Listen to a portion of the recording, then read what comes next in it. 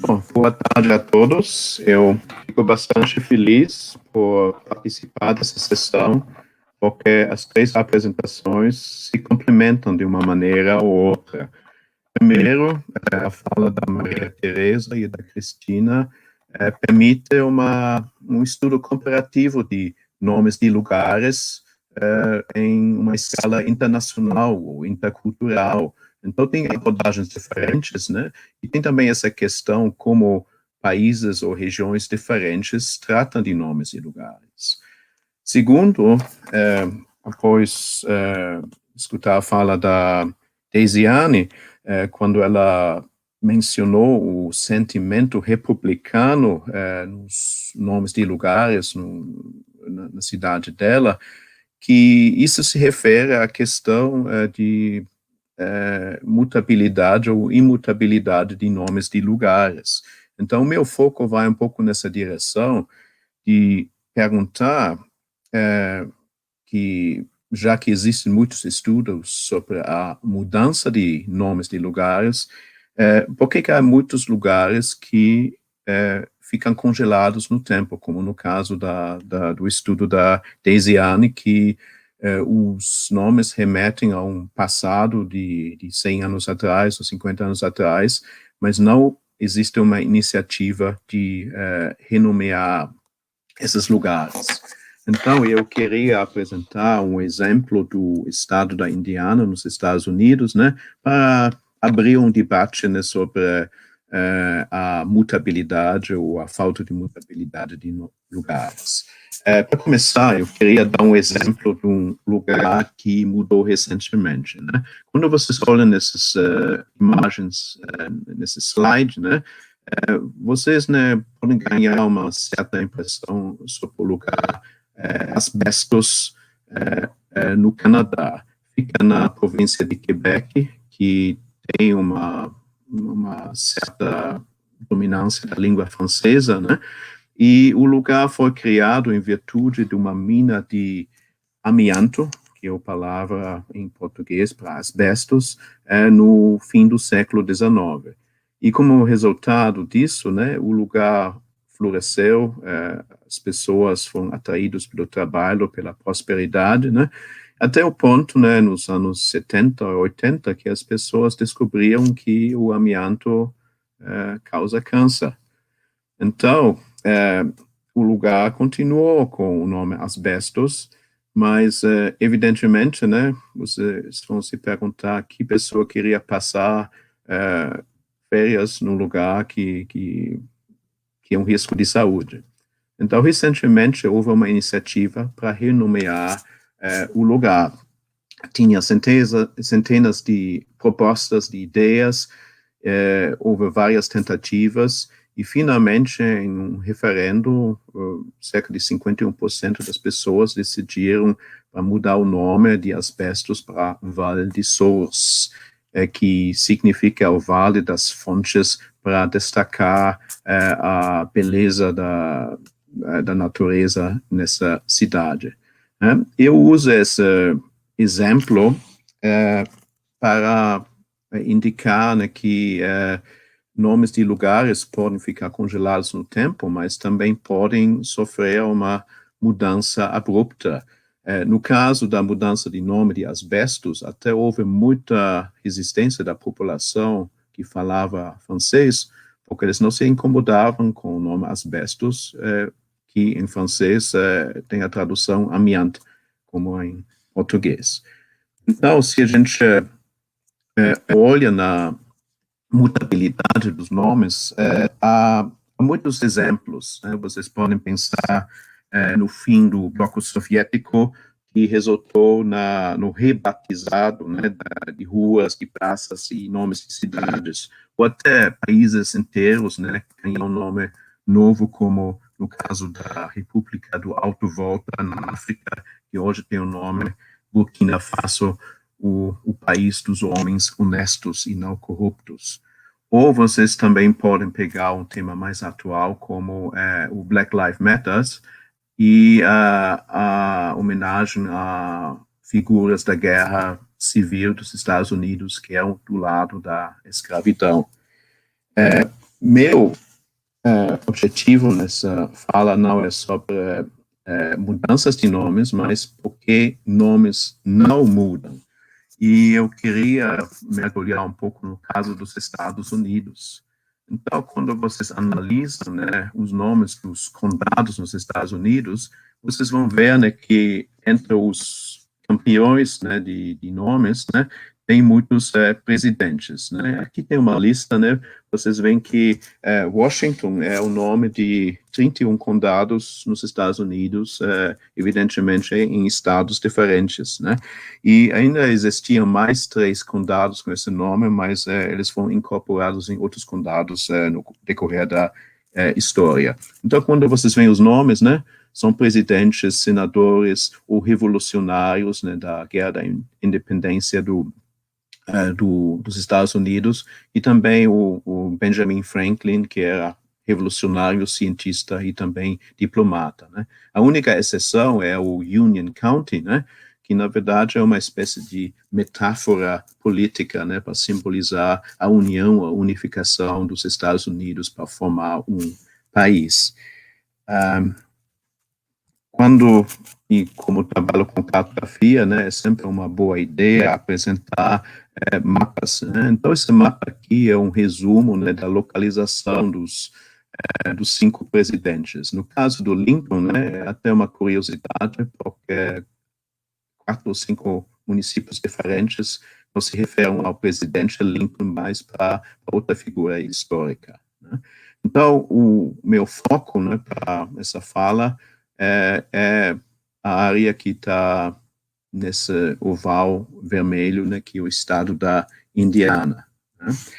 Algo que eu acho muito importante nos estudos toponímicos, né, são os mapas históricos, né? E aqui tem um mapa histórico dos Estados Unidos de 1816 de um cartógrafo escocês, John Mellish, que vivia nos Estados Unidos, né?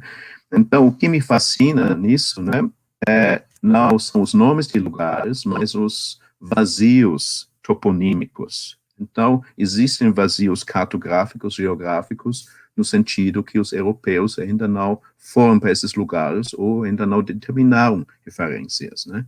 Evidentemente, existiam muitos nomes indígenas, né? Mas como não houve um diálogo, não houve muitos encontros pacíficos, né? Esses nomes raramente entraram na relação.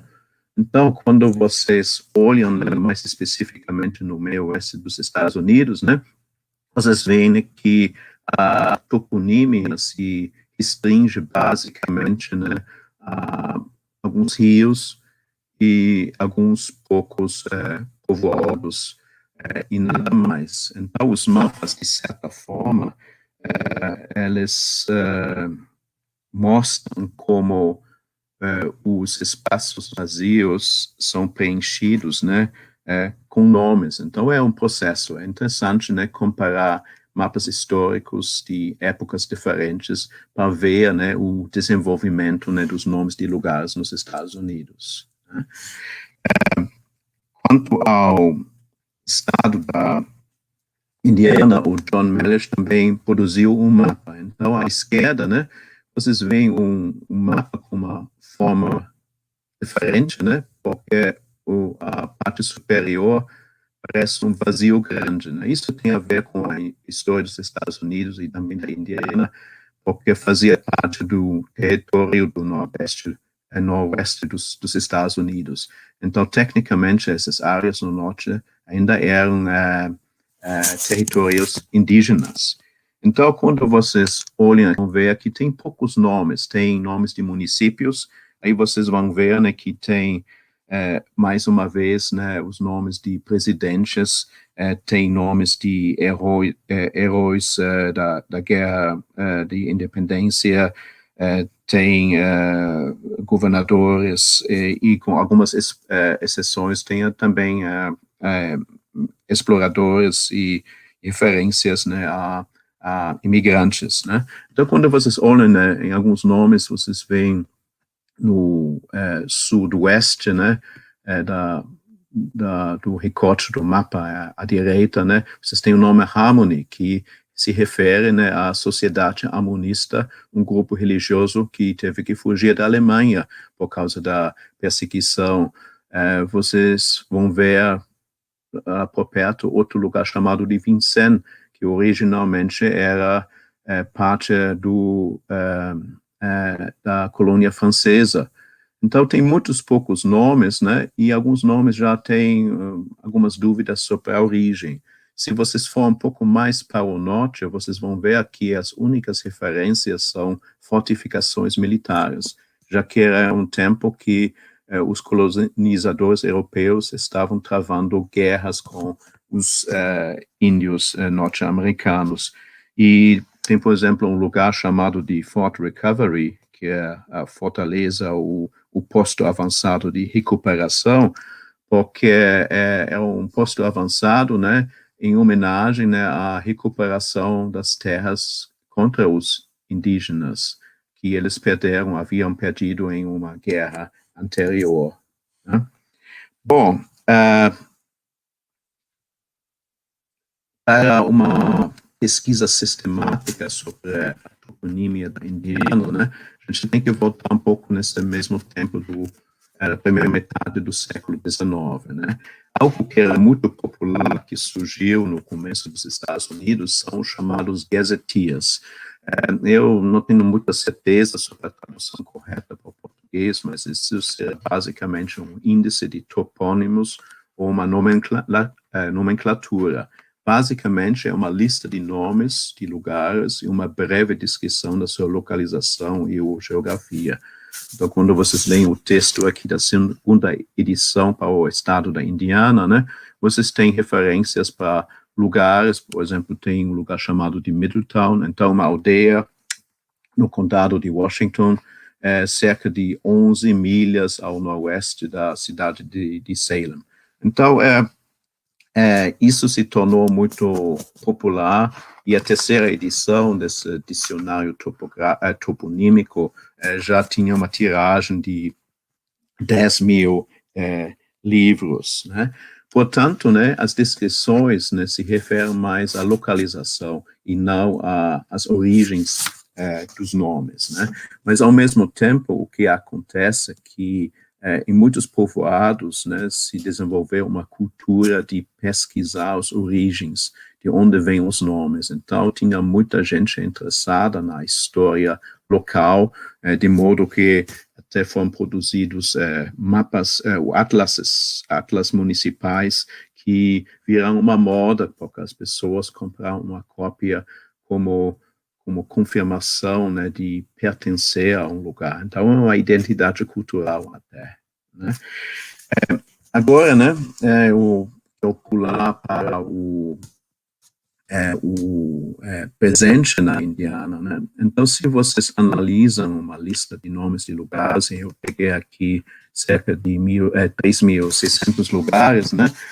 Vocês vão ver que na nuvem de palavras tem certas preferências, né? Eu não vou entrar muito nos detalhes, mas vocês vão ver que muitos desses nomes se referem a termos mais genéricos. Então, vocês veem aí as direções cardeais, como norte, oeste. Você também tem referências geográficas como lago, morro, montanha, fonte, e também tem coisas de denominação de povoados como city e village, aldeia, né? Então, na verdade, né, ou a palavra new, novo, né, para dizer que se trata de fato de uma colônia nova, né, que usou o nome da origem dos imigrantes como inspiração, né? Então, não é tão diferente, né, quando a gente analisa alguns nomes dos municípios no Brasil, né? Eu quero dar um exemplo, né, de um atlas, né, da Indiana, né, de 50 anos atrás, né? Tem um mapa curioso, né, que mostra a localização de povoados que se referem a cidades estrangeiras, países e outras referências geográficas, né? Então, curiosamente, né, a Indiana parece bastante internacional, vocês podem achar o Líbano, vocês podem achar Lapônia, Escócia, vocês podem encontrar cidades da Alemanha como Darmstadt, Bremen ou Hamburgo. E se vocês olham mais para... Eu sei que tem mais alguns minutos, eu apenas vou continuar falando, né?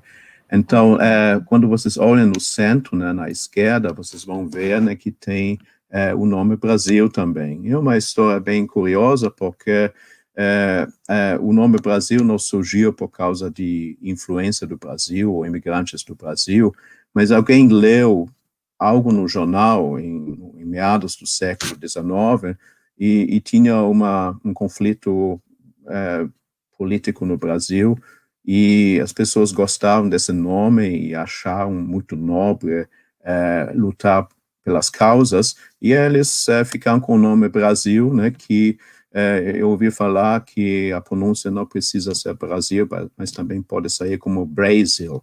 Então tem um cenário internacional, mas vale salientar que esses nomes aqui não são nomes que se baseiam no cenário internacional. Alguns nomes se referem à cidade original dos migrantes e outros nomes são mais um capricho, no sentido que alguém leu isso no jornal e frequentemente, né, o carteiro, né, o administrador dos correios mandava uma proposta de nomes, né? Então, olhando nesses nomes diferentes, né, existem até alguns livros, né, que vocês podem ler como uma forma de entretenimento, porque muitos nomes de lugares têm uma história folclórica atrás. Então, tem nomes, né, que você se pergunta por que tem um Meca no estado da Indiana, e vocês vão descobrir que, na verdade, o nome foi uma espécie de corruptela, que não era o nome que se refere, né, à cidade na Arábia Saudita, mas é um nome que alguém escutou e achou interessante, um nome, né, que alguém inventou e ninguém sabe de onde vem exatamente. Então, tem muitos exemplos, né? Não tem muitos nomes indígenas no estado, né? Mas muitos nomes, né? Seja como for, são nomes do século XIX, né? E aí, né, eu chego às minhas conclusões da minha fala, né? Algo que eu observei nesses dicionários, né, que muitas frases, né, aparecem na voz passiva, no sentido, né, foi dado o nome de tal, mas na verdade não tem um contexto para exatamente saber de onde vêm essas histórias, né?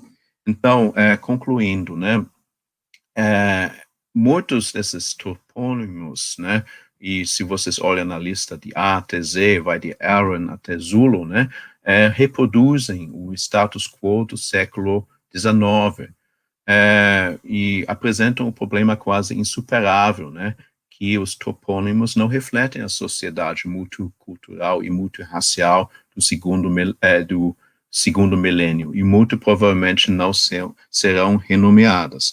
Então, esses nomes ficaram, né, congelados no tempo, né, e essa situação é similar em outros estados. Então, a Indiana não é uma exceção, né, e ao mesmo tempo, quando a gente olha na situação política, nos debates sobre diversidade, sobre minorias e representatividade de nomes, né, qual seria a chance de ter um condado com o nome Martin Luther King? Provavelmente, né, as chances são muito baixas, né, se isso acontecer. Outro problema é que a mudança de nomes, né, que não é diferente no Brasil, é um processo burocrático e longo, que leva muito tempo, né? Um exemplo recente, né, é o Lago Bedema Casca, em Minneapolis, né, não no estado da Indiana, né, cuja mudança de nome levou mais 7 anos. Então, originalmente era o Lago Calhoun, mas o senhor Calhoun era mesmo um símbolo, né, do racismo e da escravidão dos tempos da guerra civil nos Estados Unidos. Mas houve muita resistência e levou mais do que 7 anos para para mudar o nome, né?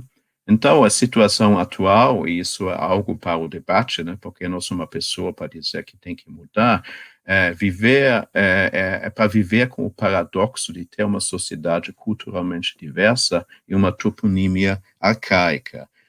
Quando eu falo isso, né, não significa desprezar todos os nomes existentes, né, mas para refletir sobre possibilidades de mudança, né? Porque um nome sempre significa representação, mas o que acontece quando o nome não representa a população, né?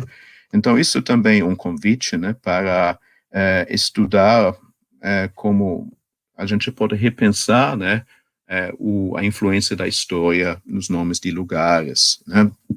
E como último ponto, né, que eu quero mencionar, né, porque as apresentações desse evento houve vários exemplos utilizando SIGs para documentar, identificar, classificar topônimos, né? A minha proposta, né, que não é uma proposta oposta ou contrária, né, seria repensar o termo SIG, né, e acrescentar outro SIG aos SIGs, né, que sejam sistemas de imaginação geográfica, no sentido de pensar também nos aspectos culturais, né, que definem nomes de lugares. Então, é isso que